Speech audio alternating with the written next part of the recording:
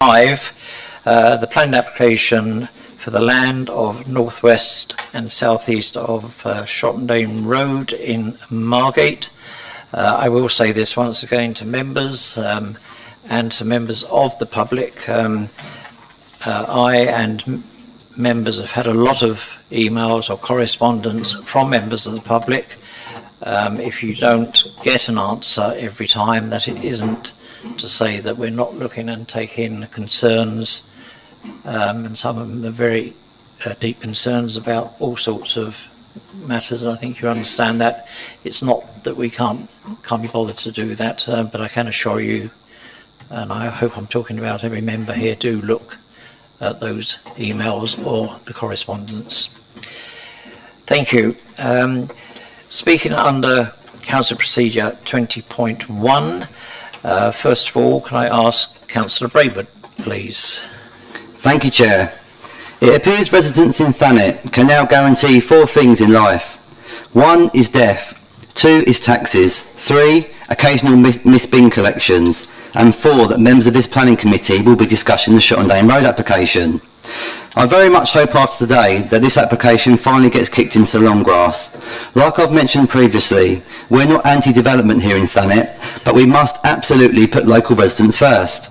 29% of Thanet residents are on low income, which reflect perfectly in our local plan, which suggests that any development over 1,000 square metres shall be required to provide 30% of the dwellings as affordable housing.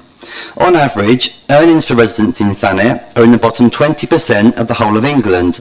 So this council not only has a duty to represent local residents when deciding applications, but it has a duty to represent residents nationally as well. The lousy 15% currently being offered by this developer is an insult. The fact they can offer a 5% increase in affordable housing 3 weeks apart shows that margins can be increased when they need to be, but I imagine that greed has a part to play in this. I would also question why we are meddling and concerned about the feasibility or profit that a housing development company generates. Surely that's for them to sort out. I want to thank the planning officers for guiding this committee through the legal process that's involved in rejecting an application like this one. Members should have confidence that a third rejection of this application comes with many valid and sufficient reasons for rejection, such as breaking with policies on affordable housing and biodiversity, as well as issues on flooding, sewage and the usual infrastructure issues such as sufficient access to GPs. In addition to this, TDC benefit from an overage agreement on the land sale, so this application has to be clear, transparent and fair, and to me, Chair, this application is far from it. I'd like to conclude by reminding members of a recent High Court judgment which was brought against TDC in a case they also had a vested interest in. This echoes the fact that great care and decision making needs to be taken when deciding the fate of an application, especially when the planning officer is recommending approval. Thank you. Thank you, Councillor Braidwood. Councillor Scott. Thank you, Chair. Can I hold you there, Councillor Scott, please? Chief Executive would like to have a word. Thank you. Thank you. Members, I do appreciate that this is a very sensitive and emotive issue, but I would just like to remind members about the appropriateness of comments in respect of officers and to try and avoid speculation about decisions that are made and interests that the council has, please. Thank you. Thank you, Chief Executive. Councillor Scott, if you carry on, please. Thank you, Chair. Yeah, I mean, totally agree with the comments that Councillor Braidwood put forwards, and to echo the same, I mean, to take on board just the mere allocation of 15% affordable housing. I mean, we are in an area of depravity, and essentially we are dutifully bound to actually provide affordable housing. From what I've read from a recent report, that this potential uplift is based on the KCC Highways ring road approval, and in my opinion that certainly should not be the situation. If developers are interested in the land that they want to develop on, they should meet the terms and conditions of the local plan that was agreed by the council. I mean, coming back to when I sat on the planning committee initially for the first time, this actually appeared in the committee, one of my main things that I did want to bring up was the situation with flooding. I know there has been a flood assessment, but this is all based on the situation of what we have at the moment, which is agricultural land, which is designed and developed to obviously soak up that surface water, yet there is still flooding. Once development is on that, that will be a concrete jungle, of which we're not able to provide evidence of flooding because we have not yet built on that. But at that stage, it will be too late. You'll be looking at potentially housing that could be affected by the flooding, and we could be pretty sure that these particular housing of affordability will be located, no doubt, by the areas of flooding. I do remember when we were discussing that a percentage of the actual application itself was going to be designed to have what at the time was mentioned as a flood basin, where it would capture any overflow. I called it a ditch, and at that stage it might have changed, but I reckon that real estate could have been applied for the housing that they were taken away from the affordability. And then lastly, just to basically touch on the infrastructure in itself, which is just obviously going forwards with the sewage side of things. This whole situation with Southern Water, as we all know, it's been recent that even on 17th of June, they've had to discharge wastewater into our oceans. And yet we're proposing to build more housing. And the way I see it is, if you haven't got the infrastructure in place, how can you actually build housing viable that's going to provide sewage and adequate drainage for water? And at this stage at the moment, Southern Water have proven time and time again that they have not had that ability. 2010 to 2015, they've been charged £9 million to pay into it.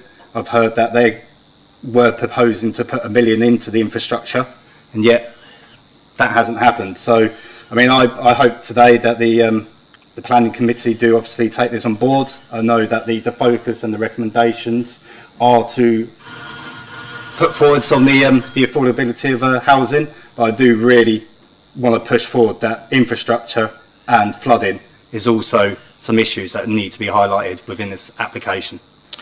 Thank you, Councillor Scott. Speaking as Ward Councillor, Councillor Gregory, please.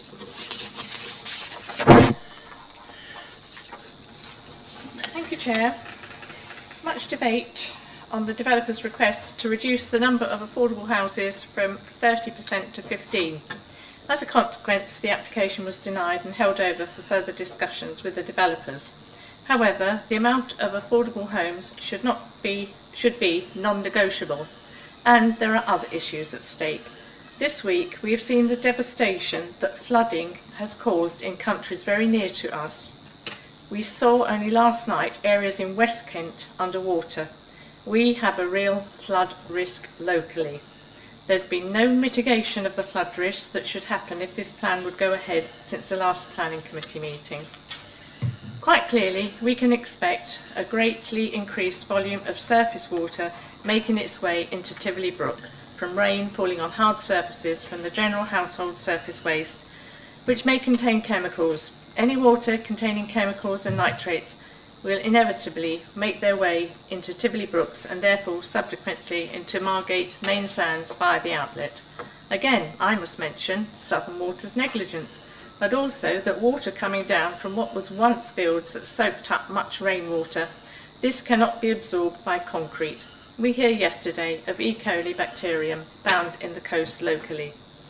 As this planning application could have a disastrous negative effect on the community, can TDC give the businesses dependent on tourism and the general public a cast iron guarantee that increased pollution into the sea will not result in the beach becoming unusable, and nothing less is acceptable? We hear today that TDC were in the High Court defending a development. One of the reasons Judge Timothy Corner quashed this at the judicial review was that TDC had produced an unsatisfactory habitat assessment. I haven't seen a habitat assessment from TDC regarding the Shottendane proposal, only one by concerned residents, which lists many plants, insects, larger animals, dormice, brown hares that call this area their home. This judicial review also found TDC. Councillor Gregory, I don't like interrupting any member who's speaking, but please keep to this planning application. I do know where you're coming from, but we're talking about the Shottendane development. Thank you. Well, this is about the Shottendane development.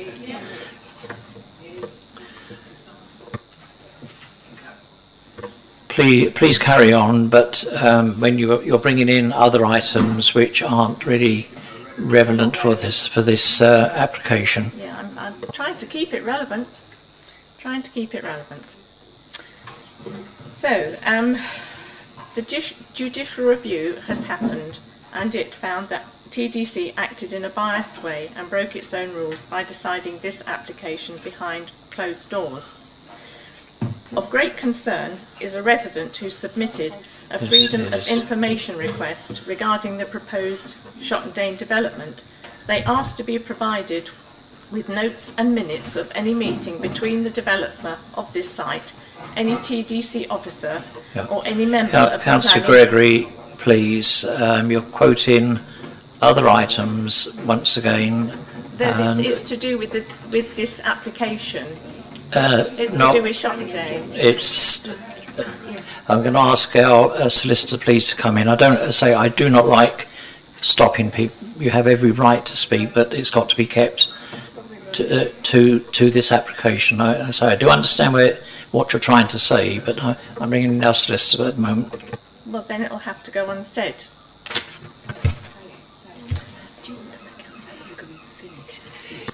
Yes, I've had advice here, and I'm going to carry on, Councillor Gregory, and then I'm going to ask our Chief Solicitor to come in just to have a word. Thank you. Okay. Just put it across a little bit towards your mouth.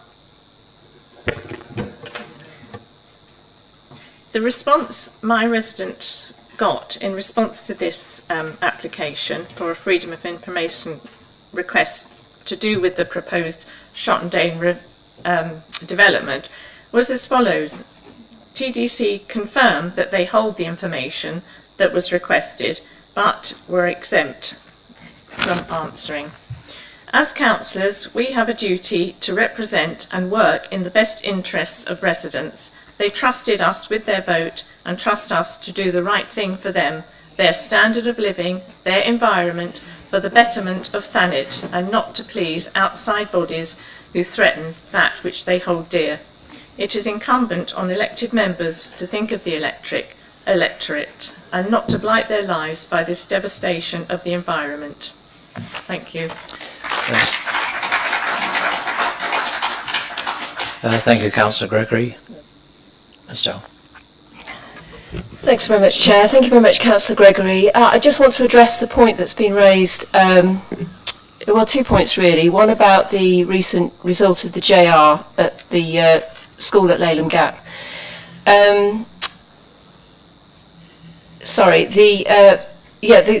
People bring JRs all the time. So people bring JRs against planning decisions all the time.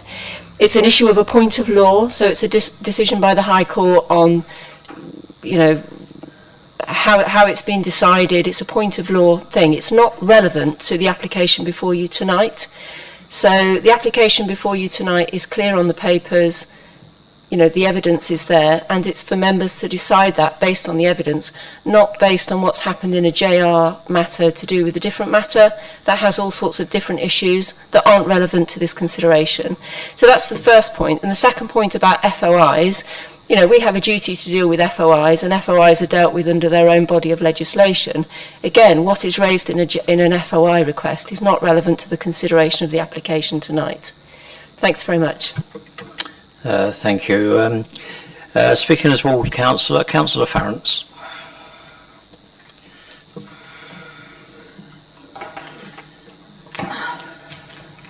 Thank you, Chair.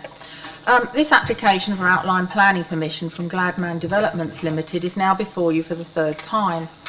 As you know, the applicants will not be developing the land but selling it on for development. Gladman still maintain that no more than 15% affordable housing is viable on this site. At the previous meeting, councillors described this figure as paltry and an insult to both council and community. Apparently, it isn't viable because Gladman have to make a profit of £20 million. Am I alone in being bemused by this figure? Why could Gladman not make a smaller but very handsome profit and meet TDC's policies for 30% affordable homes? To put this in context, and to quote from the officer's documents before us, currently 29% of our population are on a low income of less than £16,000 per year, and average earnings are within the bottom 20% of the whole of England. So more than 80% of the population in Thanet cannot afford to buy an averagely priced terraced house, and those who are renting in the private sector are spending over 50% of their earnings on living costs, whereas the National Housing Federation identifies that only 30% of England should be spent on housing costs. If anywhere needs maximum affordable housing, Thanet does. Secondly, members and officers have received detailed information from many concerned residents about the serious lack of biodiversity studies and mitigation for this development, and I understand that policy SP30 around providing mitigation for farmland birds is being broken. There have been several requests for the missing bird and breeding bird surveys to be completed. Residents have therefore commissioned an independent ecology survey, and initial high-level observations suggest that farmland birds are indeed present on the site, which was apparently dismissed by the Gladman ecologists. Our farmland in Thanet is possibly some of the oldest in the country, and the wildlife possibly some of the most established. For example, DEFRA states the significance of the area for lapwing, redshank and corn bunting. Gladman have not managed to record any of this. In addition, local residents in the area have listed many wildlife, birds, wildlife, many examples which I haven't got time to read out at the moment, but hopefully all the planning committee have received that information. It's impressive. Thirdly, there's the issue of services for the 50,000 new residents who may be coming to Thanet. Currently, I'm extremely worried about the impact of thousands of new residents being proposed in Salmston Ward, where the GP service is already overstretched, so that there are 60,000 patients per GP against the national average of about 2,000. The CCG has only made a requirement for the cost of buildings to meet this need and not considered medical personnel. But this was nearly a year ago. Since then, the CCG has stated clearly that Thanet continues to struggle with a low number of doctors and we have a fragile GP system. Please can officers assure us that they've gone back to the CCG in the light of these recent statements from a few months ago to ask what actions the CCG is taking to recruit more GPs and medical staff to Thanet, which we so badly need.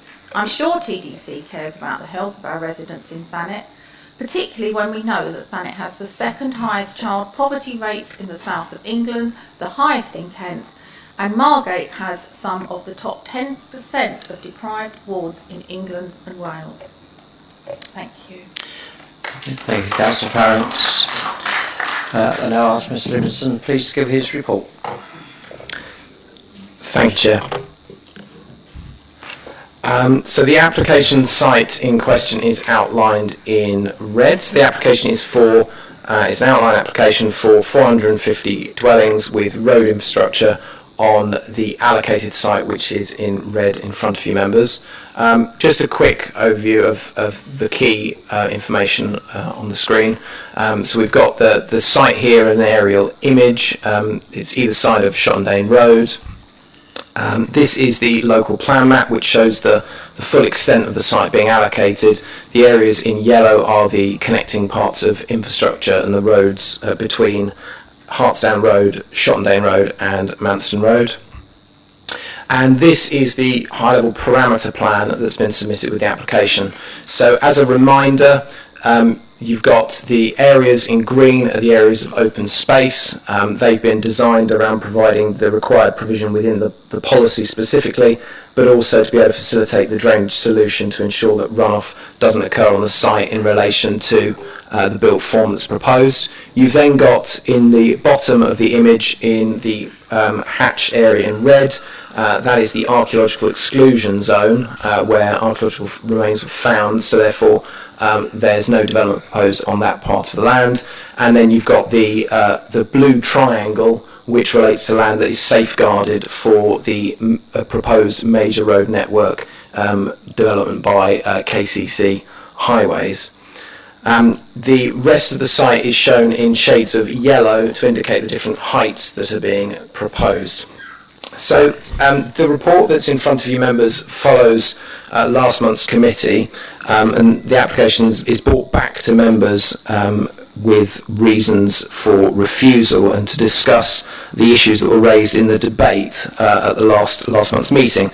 So the debate covered a number of different issues, but the consensus of members and the issue that was raised more than any other was concerns about the under-provision of affordable housing at 15% rather than 30%. And the report considers this specifically at 2.3 to 2.8. So point 2.6 in the report outlines that the key matter is what harm results from the provision of less than 30% of housing, whether or not that outweighs both the evidence that's been produced by the applicant and ratified by the council's independent expert, and the other benefits of providing an allocated housing site. So it's whether or not they outweigh those benefits. Now, the reason for refusal that's been prepared is outlined at the end of the paragraph, specifically trying to capture the concerns of members that were raised to do with the acute issues of affordability in the district and picking up some of the points that were raised. Therefore, that's why it's referred to the housing strategy, the objectively assessed need to pull that evidence forward. Now, as the report goes on to outline, the officer view is that the viability evidence and the compliance, therefore, because it's been demonstrated that it wouldn't be viable with more than 15% affordable housing, outweighs that specific concern, and then a refusal on that ground would put the council at risk if the application was appealed. And in addition, the concern is that the under-provision of affordable housing wouldn't, in our view, outweigh the benefits of providing 450 houses on an allocated site when the council is in presumption in favour of development under the housing delivery test, and plus the benefits that were outlined in the report to the actual strategic highway network by providing this route around Coffin House Corner. The report goes through the other issues raised, and I'll just pick up some of the points that were raised in the speakers' comments. These are covered at points 2.9 to 2.13, including flood risk, impact on healthcare, and impact on biodiversity. So to pick up the first one with regards to flood risk, a flood risk assessment was provided with the application. That was assessed by KCC as the local lead flood authority.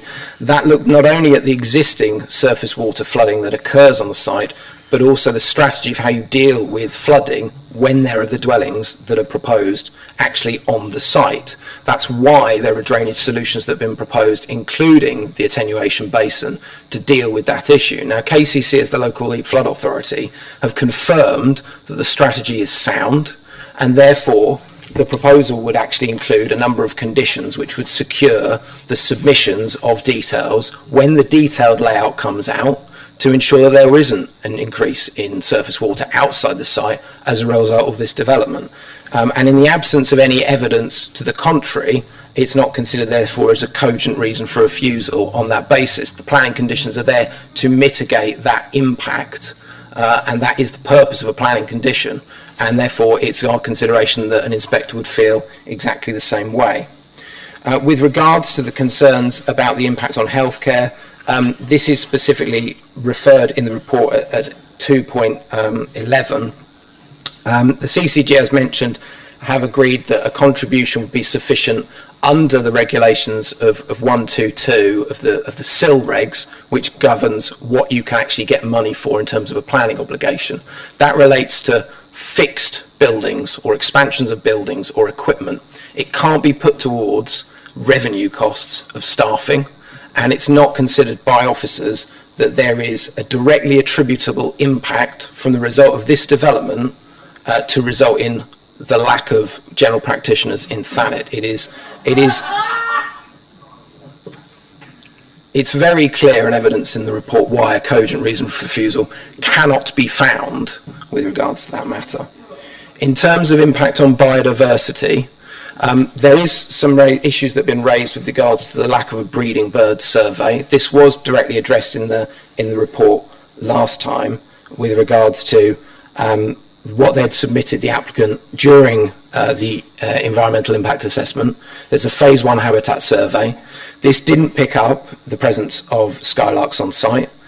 The application has been referred to Natural England, who obviously decide on which species are protected and not. They have raised no objection to the development on the very specific grounds that they require a condition requiring a landscape and ecology management plan to be prepared at the detailed design stage, which is not what's being considered at the moment. It would be considered at reserve matter stage. So at that stage, it will be about getting that plan in, setting the measures for the establishment and management of the newly created and retained habitats. There will be an increase in biodiversity on this site, very clearly evidenced by the plans that have been submitted, and that has been agreed by KCC Biodiversity and by Natural England.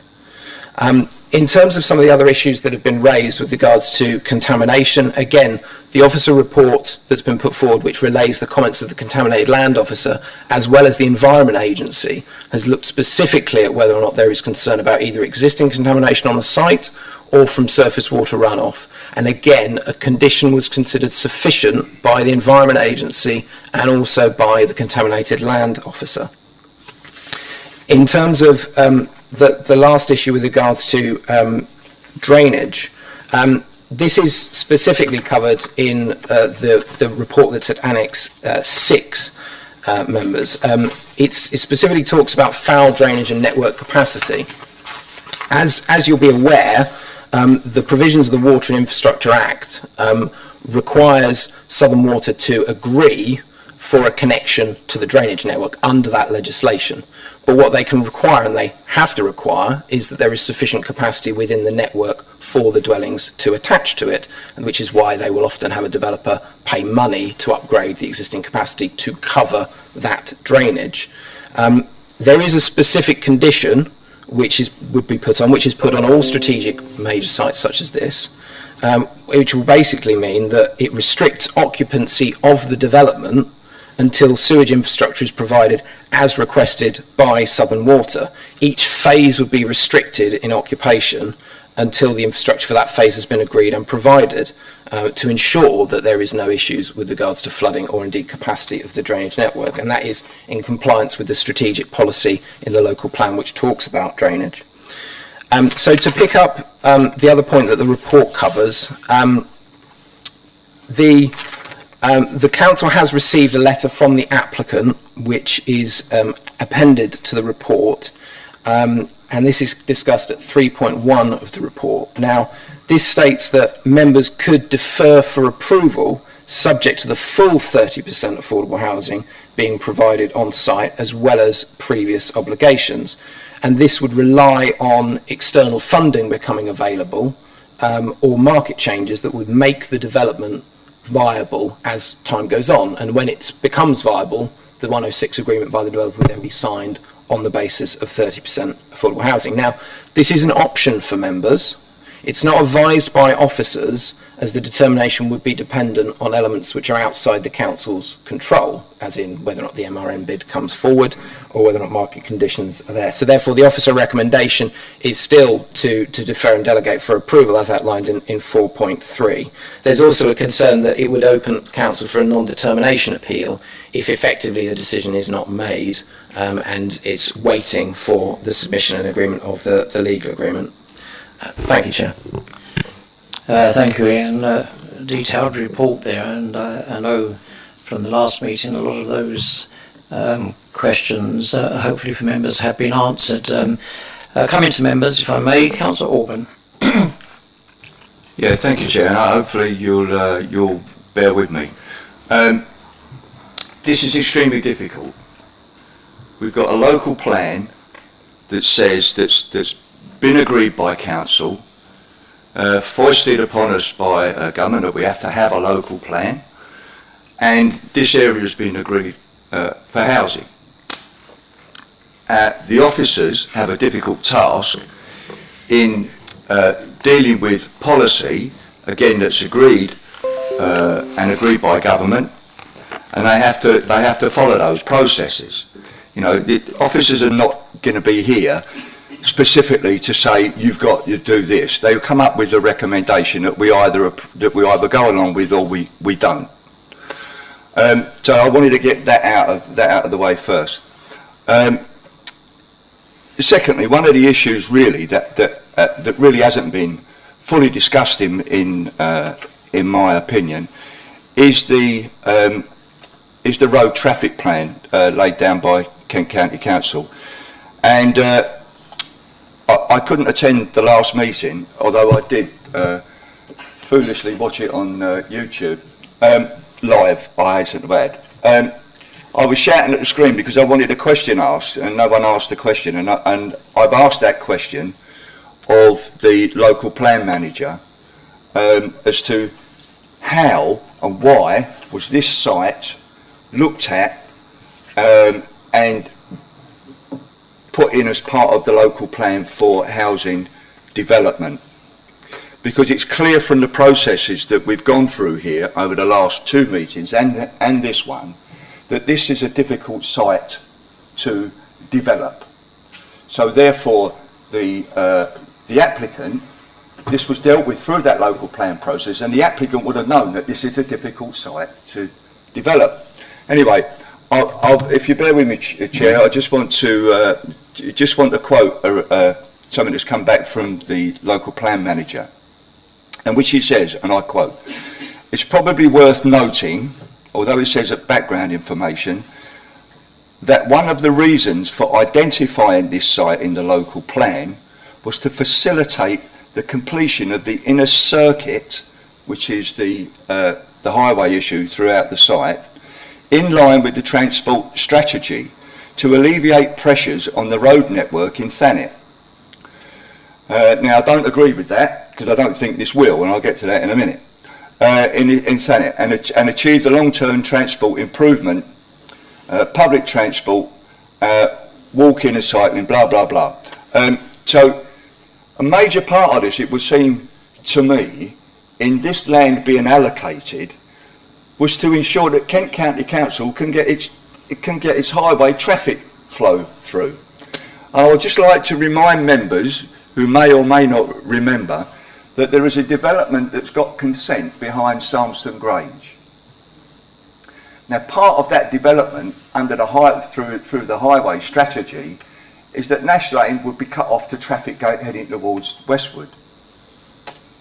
This traffic layout will not solve the Coffin House corner issues. It will create more and more problems for this area, which will then spread out, and it will affect everybody in the area, affect everybody in Margate, to be quite honest. I quite often use the Manston Road coming across from Ramsgate, coming down to going down to watch some football. However, the issues of traffic coming down from Manston Road trying to go onto Shottendane Road are awful. 9 times out of 10, the traffic line goes back past the cemetery and down towards the Manston tip. So, and trying to get out there is a nightmare. I don't think that the traffic plan that they've got within this development makes that any easier. I believe it will make matters worse. That's my opinion. I also cannot support the fact that we may, if and buts, get 30% affordable housing if the developer gets money from somewhere. We can't deal with it. We can't have that. We can't make this decision on that basis. So we've got to look at what we've got, and at sometimes, members, we have to take a stand, right? Whether we lose on appeal, we need to make a stand. And I think we have to make a stand for our residents, we have to make a stand for ourselves, because if we don't do that in this case, if we lose it, and we know that there would be costs. But this is only an outline application, it's not a full application. So I really have concerns with this, and I wish to refuse, I will vote to refuse this, Chair. Thank you. Thank you, Councillor Orban. I'm going to bring in Mr. Livingston once again. Thank you, Chair. Just to come back on the highways point, I think just to give members some clarity with regards to actually the development that's shown on the screen, in fact, because they've superimposed the development at Salmson Grange, which has the resolution to grant for the link through from Nash Lane to Manston Road. As Councillor Orban mentioned specifically, that development would lead to the closure of the Nash Lane arm at Coffin House Corner, with the traffic then routed round through the local distributor standard road to try and reduce the amount of signal times, effectively, at the junction at Coffin House Corner. But in addition, that development also brought forward a change in alignment and prioritisation at the junction, which is mentioned, of Shottendane Road and Manston Road, that you can see on the screen next to the listed building here. So at the moment, Manston Road joins Shottendane Road, but the prioritisation would change. It would be that Shottendane Road would join Manston Road. And that will demonstrably free up traffic flow through Coffin House Corner on the basis of that. It's the specific justification linked to the development at Salmson Grange to do that. Now, as members are aware, in the report it very clearly goes through in quite a lot of detail about the assessment that's been done on the basis of transport, specifically with regards to modelling, specifically with regards to traffic flows both generated by this development, but also the traffic flows currently in existence around the site. And in terms of that principle of this having a strategic route through this site to deal with that, that has been adopted by this council. It is in the local plan, and therefore it is allocated and anticipated that that will come forward. And so that principle is not up for consideration by members. It's about whether or not the timing of the roads is sufficient, and again that is covered in the report in terms of what would be proposed in terms of getting a prioritisation and a time frame forward, again at reserve matters stage, because obviously this is, as Councillor Orban's mentioned, it's an outline stage, so we will be getting more detail about how many houses are on different parcels of land, which would relate to different parts of the routes that are being proposed here, the different links, when they need to come online.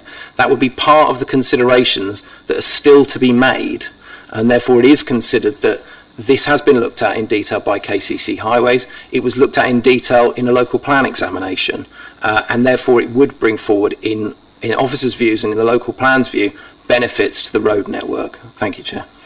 Thank you. And before I bring Councillor Garner in, if I may just touch on to Councillor Orban and to Mr Livingston, it is not Nash Lane that's going to be blocked up, it is Nash Road. Okay, and that, having lived in that area, it is a major, I don't want to embarrass anyone, but that is a Nash Road. Thank you for that, Chair. I got me roads and lanes mixed up. I know you always do, but it is an important fact. Nash Lane is completely different to Nash Road. So, thank you. I was just waiting to see who was first to pick that up, I Chair. thought you might be Councillor Orban. Nothing changes. Councillor Garner. Thank you. Yeah, thanks very much. Firstly, I'd like to start by thanking officers who've turned this report around, because I know we put a bit of pressure on it, or a bit of pressure was put on by some people to turn this around for this committee meeting, and it's been done. So thanks for that. I agree with just about everything that Councillor Orban has said, especially around the need for us to make a stand on this. And in fact, that is exactly what we did at the last committee meeting. We had a very long debate, we covered lots of issues, and we voted overwhelmingly to refuse this application for a number of the reasons that are outlined in this report. So what we're here to do today is to agree what those reasons are so that we can finally put this refusal to bed, so we don't have to come back to this. We don't have to come back to this at any future committee meetings. Now, the report outlines a number of the reasons. I guess in terms of ease for us, the first one around affordable housing, that's documented in the report. I suspect we can all agree to that reason. I take on board what the report states about the risk if it goes to appeal, but I think we've said we accept that. So there's the first reason that we can agree on, I believe. When it comes to, in the order that you spoke about them, flood risk, I should speak for myself. I understand that KCC have said we've looked into this and we think what's being proposed and what potential conditions what conditions there are mitigate this, but I don't agree with it and I don't accept it. We've seen over the last few weeks when it rains heavily, Tivoli Brook reappears and floods. So in effect, what we're saying, if this goes ahead, is that we're agreeing an application to build on Tivoli Brook, which doesn't make any sense to me at all, and I don't think it makes sense to a lot of people. So we should, I believe, we should document that as a reason for refusal. On the CCG side, I understand what's being said. The CCG have asked for some money, and it's been accepted or when they were asked a year ago, and it's been accepted that is sufficient. I don't think we believe it is sufficient. We think it is insufficient, and there is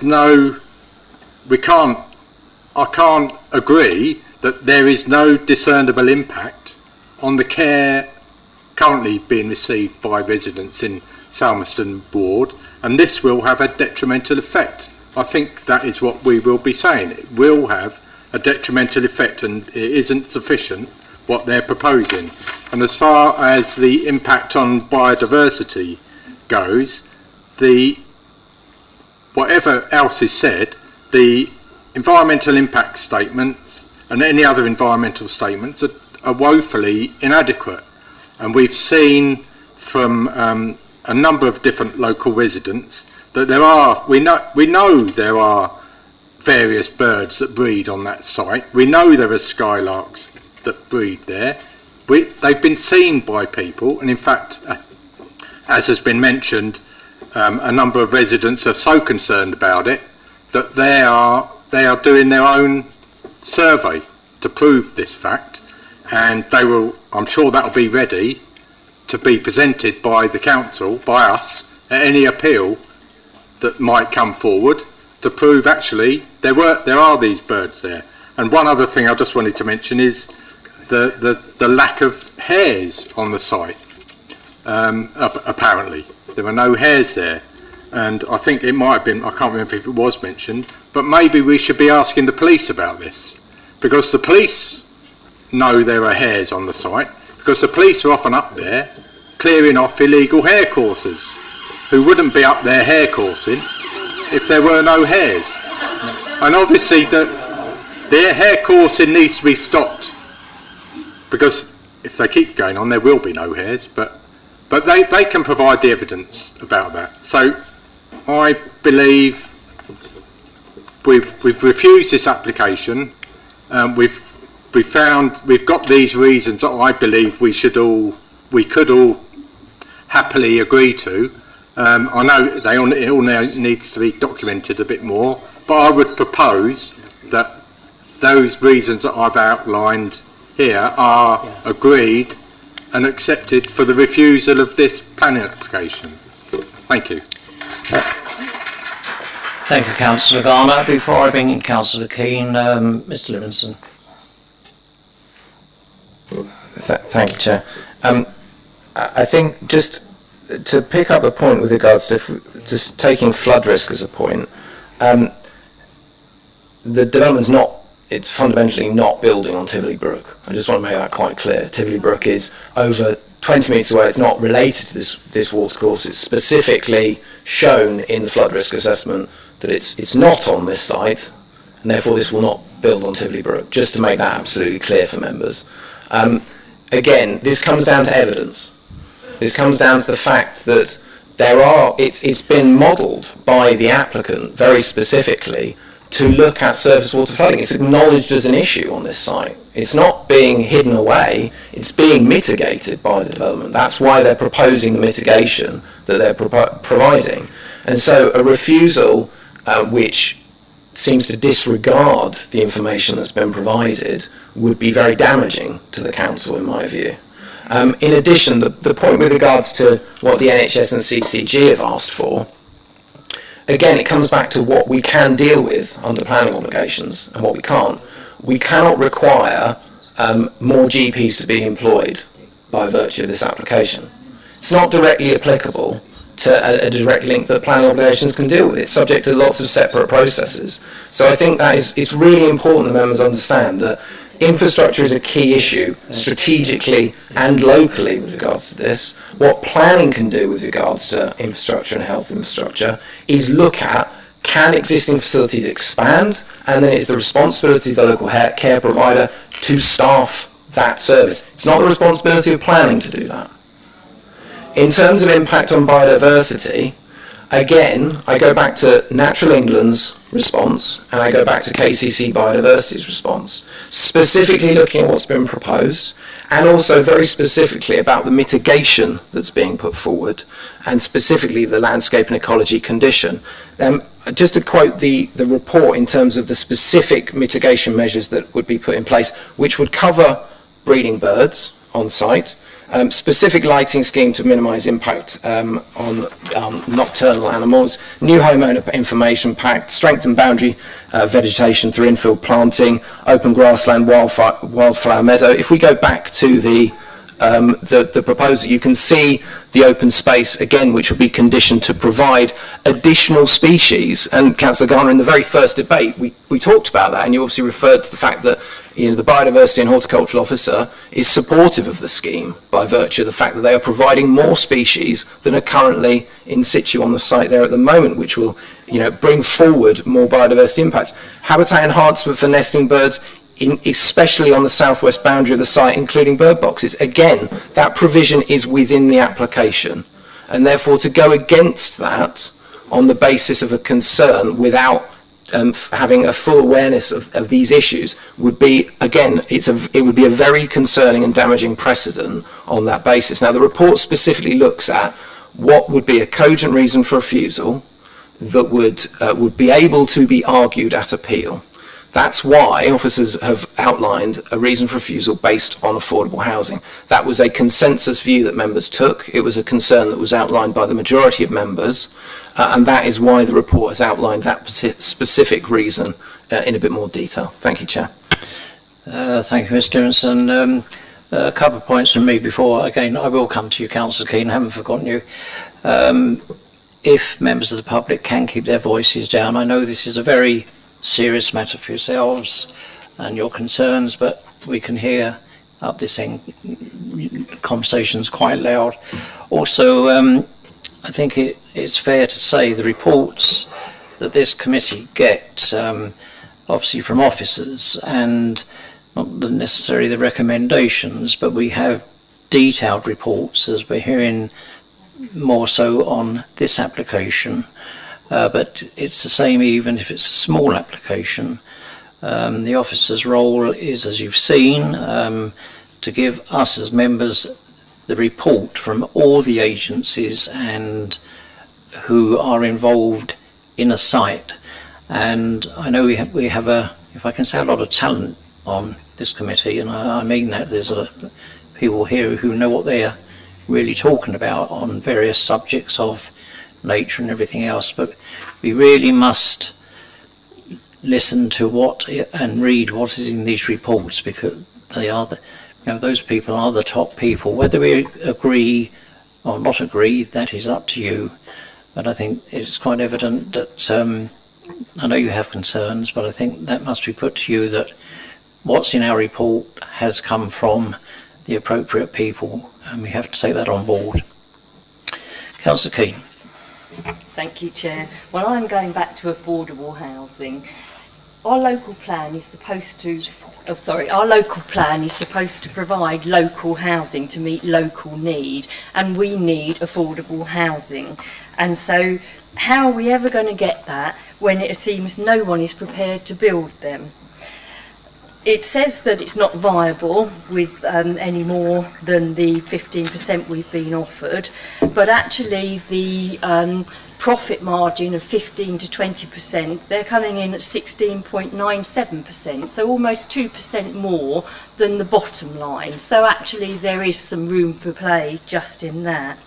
But also, I wonder whether the benchmark land value is correct, because I was reading about a case in Islington which they won on affordable housing because they said that the benchmark land value had failed to reflect the expectation of 30% affordable housing, and therefore sort of how can we be sure whether our viability assessment adequately reflects that in the figures quoted there. Thank you. Thank you, Councillor Keane. Once again, Ms Livingston. Thank you, Chair. To come back on the benchmark land value point, so this is it's the very starting point of a viability assessment, because often what will happen is applicants will suggest the benchmark land value is higher because they've paid too much for the site, and therefore they would say the benchmark land value is much higher. For agricultural land, what's been looked at by the council's viability consultants as part of the local plan is looking at a specific rate of 100,000 per acre, and that is including what the government require, which is a premium on top of the actual value of the agricultural land of 11,000 per acre, and allows for the uplift and the expectation of housing, but also includes the obligations that are required as part of it. So that's why the figure of 4.7 million, which has been agreed by Dixon Searle, has been settled on as appropriate. That is the stance that we have taken on other schemes. It reflects again the evidence of what's expected as part of the whole plan viability, which is obviously looking on a much more strategic basis, but that obviously has been tested in terms of whether or not the majority of developments can provide 30% affordable housing, and it's on the basis of that specific benchmark land value. The issue on this site is, as we outlined, those abnormal costs which come from the fact that there's a 25-metre land level difference on the site, with roads needing to join from Manston Road to Hartsdown Road, as well as the fact that this site is allocated for 550 houses, but it can't be proposed for 550 houses because of the very specific things that were found in when the detailed survey work, which always happens after a local plan is adopted, has shown where the archaeology specifically is, what's required in terms of surface water drainage, which has reduced the amount of capacity that this site can provide in terms of housing, and actually losing 100 houses off what the site was going to provide naturally has quite a significant impact on the viability of the site. So that is why the viability evidence that's been provided, which has been tested and we have gone back a number of times on it, we do consider the benchmark land value to be accurate, and we can agree it on that basis when looking at the viability assessment. Thank you, Chair. Thank you, Ian. Councillor Orban. Yeah, thank you, Chair. I think it's time that we made a decision. I'd like to make a... Can I hold you there, Councillor Orban, a moment? Why? But I've got Councillor Hart. Oh, sorry, you didn't say it. I thought the other people were listening to speak. No, Sorry, I Chair. was going to... You jump in the gun as always. No, thank you. Councillor Hart. Thank you, Chair. There's been a lot of debate on this one, and I think a lot of us are very upset with how this is going to go and how it should be decided upon.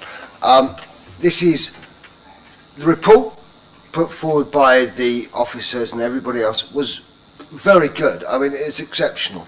I think we have to accept that we can't do anything about the drainage. They've done a drainage assessment. They believe that's right, and therefore we should accept that. That is not what we should be deciding upon, because that is a fact that can't be proven until it floods. So, I mean, at the end of the day, they believe that's right. With regards to doctors and nurses and everything else, that's beyond our control. We can't do anything about that. We're deciding on how many houses we're going to build in this site, and that is it right that we only get 15% of that gift, if you wish. And I have great concerns about this, because I know, and they knew when they put the bid in, what had to be done. Not that the fact there was 515 or whatever houses was going to be built or proposed on there, but the fact that they could only do 400 odd. Now, they knew that, and they're still putting in a deal that gives us less than 30%. And I must admit, I do agree with a lot of the people here today that we do have to say enough is enough. We gave way on another decision back on Somerston, I think it's Somerston, where we said, yeah, we'll accept that. This time, I don't think we can. I think we have to stick to our guns and say 30% is what we want. We have a very poor population here. And, okay, we've had a few down from Londoners coming in with all the let's not work in London anymore, but that doesn't put up or push up how much people earn. And it's a very difficult, and I think it's a very hard judgment for us to make, to go against what the council say, and the council say we should accept this because this is part of the local plan. And I think it's a very brave decision for us as a committee to go against that. But in my mind, I think we should, not because of drainage, not because of habitat, but because there's not enough houses for us to give to people who are in need. And I think that's the important part that a lot of us are taking on board, and we can accept that if it floods, then they will have to sort it out. They've worked out that it's right. It's the fact they just do not provide the number of houses. If that means that they could provide 25% because they reduced their 20 million they're going to get, or whatever they're going to get as a cost or a profit from building that, then so be it. If they only get 5 million, well, I think I can live on £5 million, thank you very much. And I think that's the way it should be looked at. You know, just not take so much profit, yep, and just give the rest to us. Yep. Thank you. Yeah. Thank you very much, Councillor Hart. Councillor Wing. I can't see you, Hank. No, I don't mind. Councillor Wing. Thank you. It's the uncertainty around this that really gets me. So if I get this right, we're giving permission to a developer to build some houses to then sell on. So we don't know what the new developer will actually decide they want to do, whether they're going to come back to planning, to put in some alternative plans, ask for more houses, less houses. The other I share all the concerns. I simply don't buy that no wildlife. A survey finds no wildlife on that site. I absolutely find that unbelievable. And if I go back to the flooding, it's all very well saying they will have to deal with it, but it won't be those people that will have to deal with it. It will be the people who live in those houses, and it will be TDC, and it will be KCC. As mentioned previously, there remains a considerable flood risk, and given the recent and ever-growing problematic situation of southern water discharging into the sea, an increase in housing numbers, 17,000, climate change that will mean more rain and rises in sea levels that are well evidenced by KCC, has this been modelled to future-proof any housing, or even work out whether this development's viable within the lifespan of the houses?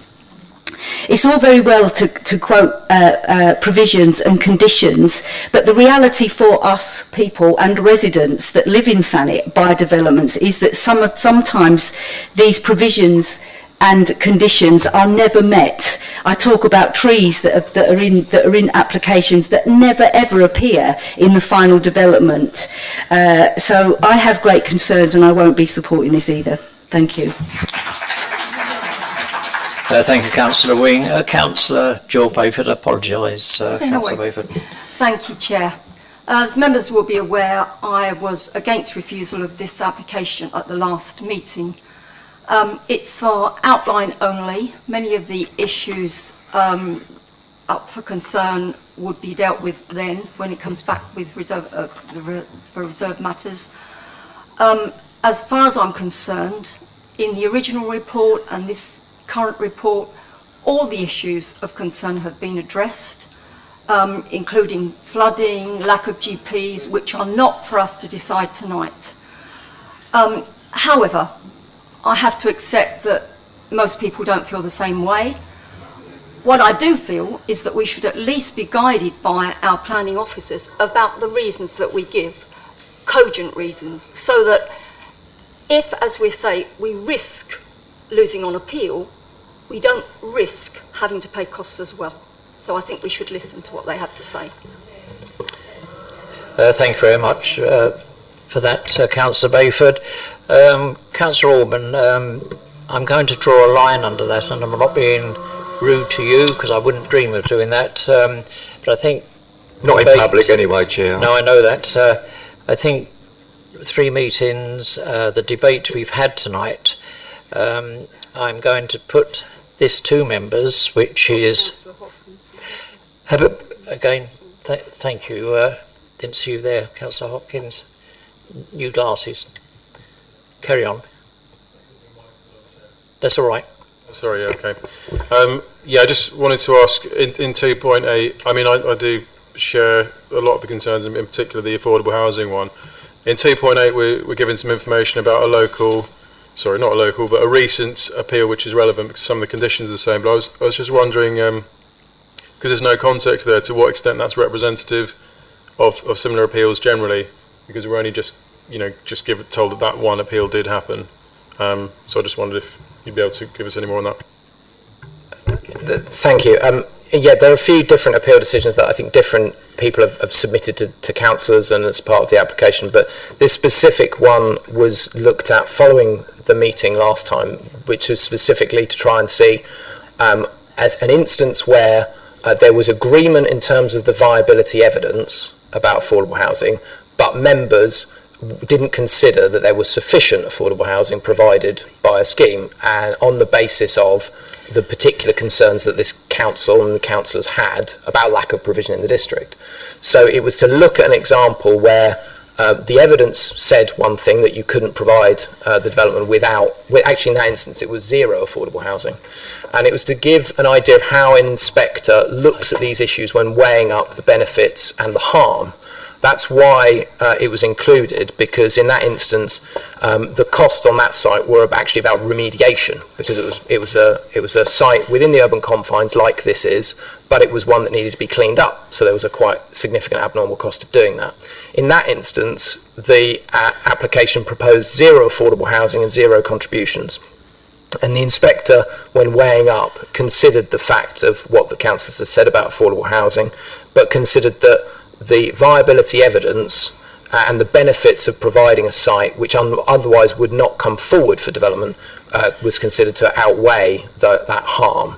So that's why it was provided as an example, but also specifically to try and inform the decision and the matter outlined at 2.6, which is about members are entitled to give less weight to the viability evidence, as opposed, you can give less weight to it. But in this instance, the evidence is there, which means that it does comply with SP23. SP23 specifically says, got to provide 30% affordable housing, and that target will only be reduced if the applicant can demonstrate that it would be unviable if they provided 30%.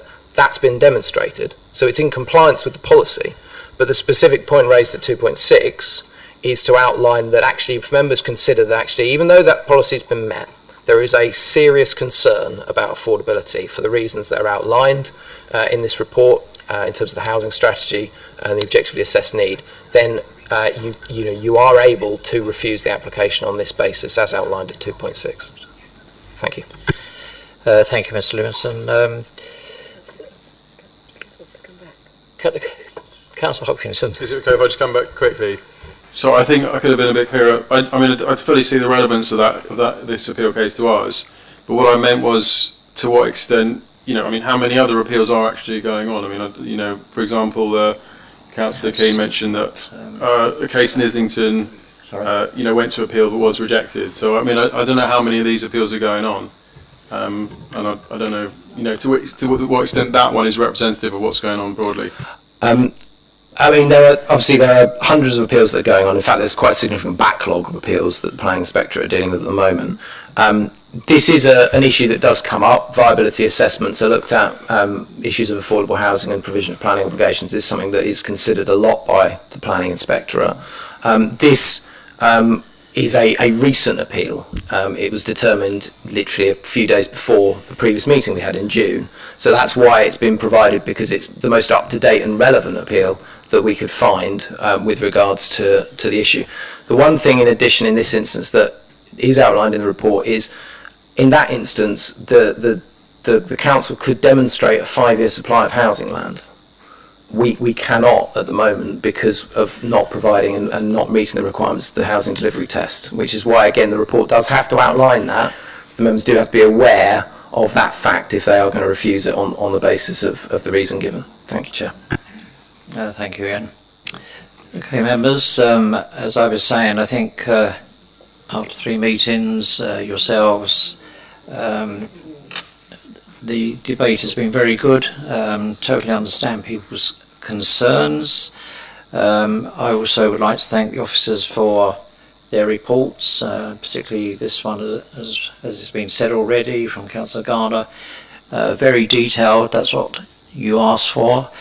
But therefore, I am going to put to members the option of 4.1. Now, I'm not sure if members have the options in front of them, but I will read this out and I will be looking for a proposer.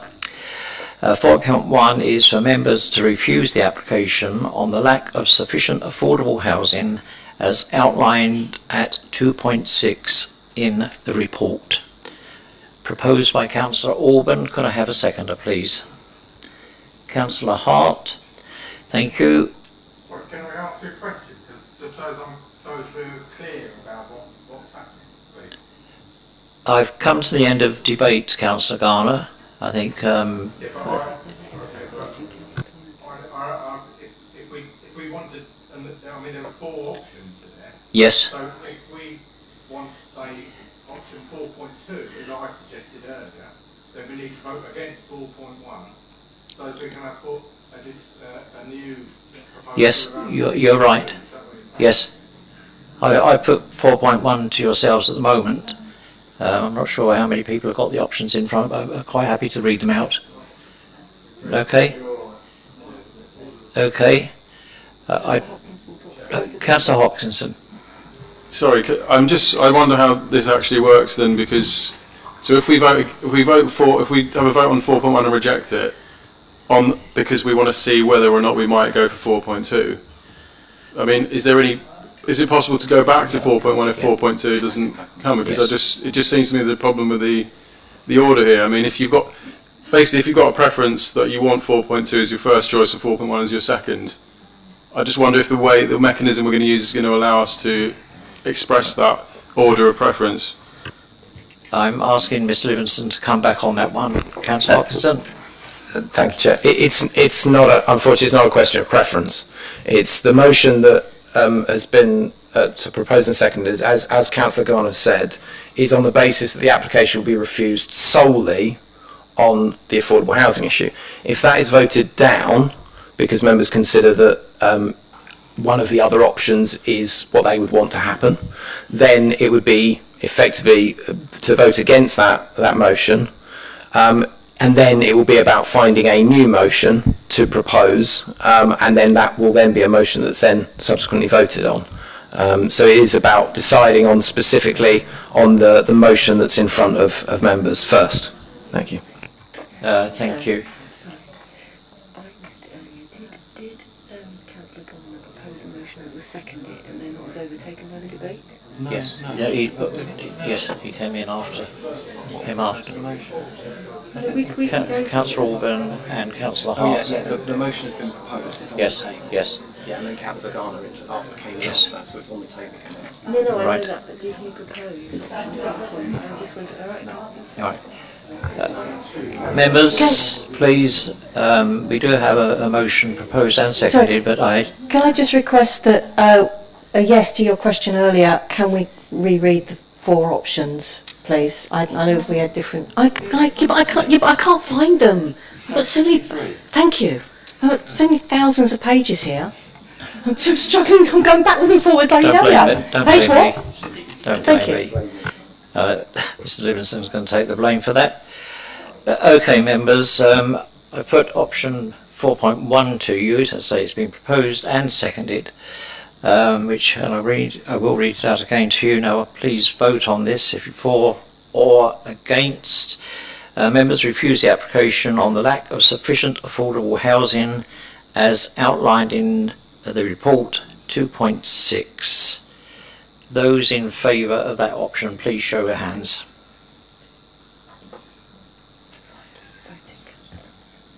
Yes, I'm for. Yes, yes.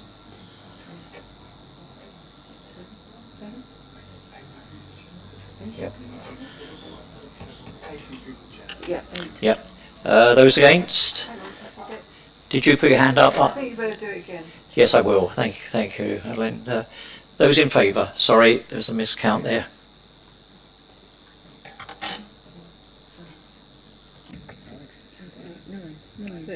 No. Against?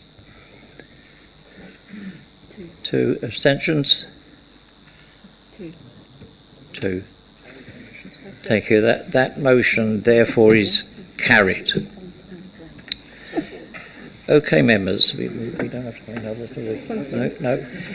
Thank you, members. Thank you, members of the public. We haven't finished our meeting tonight, and I think, as I said, this has been extensively debated, and thank you very much, everyone. If members of the public wish to and the other councillors wish to leave, we'll just have 5 minutes. The result is refused.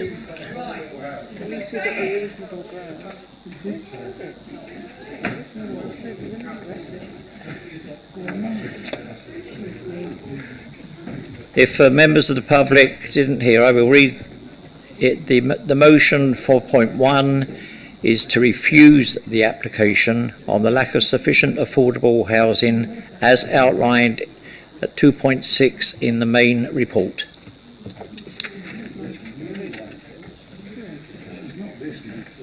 All right.